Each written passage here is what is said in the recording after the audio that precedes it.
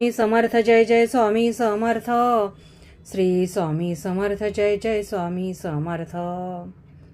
अक्कलकोट स्वामी या चॅनेलमध्ये मी तुमचं सगळ्यांचं खूप खूप मनापासून स्वागत करते आहे आणि स्वामींचरणी मी प्रार्थना करते आहे की तुम्हा सगळ्यांना सुख शांती समृद्धी मिळो आणि तुमच्या सगळ्यांच्या सगळ्या इच्छा लवकरात लवकर पूर्ण होत.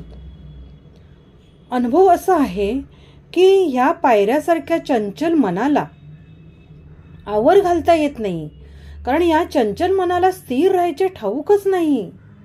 भोगात लडबडून जायची त्याला एवढी सवय लागलेली असते की ह्या मनाला काबूत ठेवणे सर्वसामान्य माणसाला अशक्यच होऊन बसते. एक तर मोहाची करंजी सतत उसळी मारत असतात आणि पाणी जसे उताराकडे धावत सुटते तसे हे मन तऱ्हेतऱ्हेच्या भोगांकडे वायुवेगाने धावतच सुटते.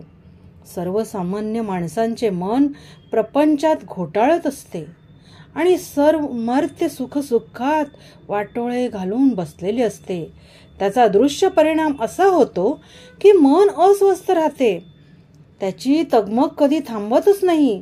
तुकाराम महाराज या तळमळणाऱ्या मनाविषयी म्हणतात की अस्वस्थ मन साधनेला अडथळा आणते.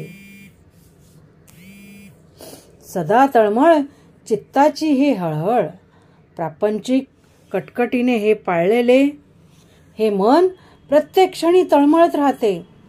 चित्तांमध्ये जोपर्यंत प्रपंच आहे तोपर्यंत मन तळमळतच राहणार.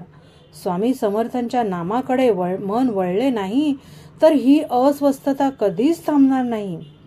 अस्वस्थ मनाने केलेला प्रपंच सुखदायी होणारच कसा? मन स्वामी नामात गुंतलेले असेल तर प्रपंच सुंदर होतो. हे मानवी आयुष्याचे रहस्य आहे. स्वामींच्या सानिध्यात केवळ प्रसन्नतेची कारंजी उसळी मारतात, कारण मन प्रसन्न असते.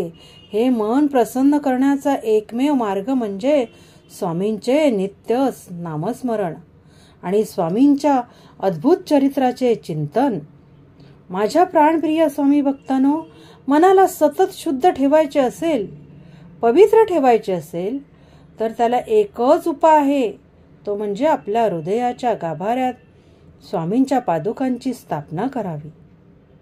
म्हटले तर अतिशय सहज साध्य होते. स्वामींच्या पादुका हृदयाच्या गाभाऱ्यात स्थापन करायच्या असतील तर आपल्या भक्तिमाता स्वामींच्या चरणाशी रत व्हावा लागतो, तरच स्वामींच्या पादुका आपल्या हृदयात स्थानापन्न होणार.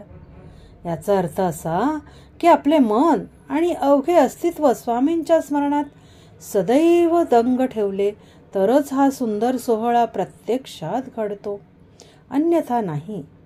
हा शब्दांचा खेळ नाही, तर हा अनुभवाचा भाग होणे मात्र आवश्यक आहे. मनाची आदर्श स्थिती कोणती? मनाला शुद्ध कसे ठेवायचे? पवित्र अवस्थेत अष्टप्रहार रेंगाळणाऱ्या मनाला स्वामी समर्थांचा सहवास कसा लाभतो याचा आपण जेव्हा खोलवर जाऊन विचार करू लागतो तेव्हा एक गोष्ट प्रकर्षाने जाणवते की त्रिखंडाला क्षणात व्यापणारे आपले हे मन अतिशय शुद्ध आणि निर्मळ अवस्थेत आपल्या हृदयात वावरत असते. आपण आपल्या हृदयाचा पवित्र गाभारा स्वामींच्या नामस्मरणात ठेवून आपण आपोआपच अखंड नामस्मरणामध्ये झंकार ठेवला की शुद्ध आणि निर्मळ अवस्थेत वावरणारे हे मन, हृदयस्थ मन स्वामी नामाशी आपोआप लगडले जाते. स्वामींच्या नामाचा गजर हृदयाच्या गाभाऱ्यात घुमू लागला की मन स्वामी चरणांशी स्थिर होते. याचा सोपा अर्थ असा की मनाला नेहमी हृदयाच्या गाभाऱ्यातच रेंगाळत ठेवावे, इकडे तिकडे भटकू देऊ नये. अन्यथा हे मन पायऱ्यांसारखे हातातून सटकते, भरकट राहते, तऱ्हेतऱ्हेच्या विचारांशी ग्रासले जाते. विषया वासनेने अवघडले जाणारे मन काबूत राहायला तयारच होत नाही. मनाला विषय वासनेपासून मुक्त करणे हे सर्वात कठीण काम. हे काम फक्त स्वामी नाम करू शकते. म्हणून स्वामींच्या नामस्मरणात अष्टप्रहर दंग राहावे लागते. मानवी मन हे काबूत राहायलाच हवे, तयारच नसते. आणि ते त्याला काबूत ठेवण्यासाठी एक स्वामी जपच समर्थ आहे. बहुतेकांची मने विषय वासनेने बरबटलेली असतात.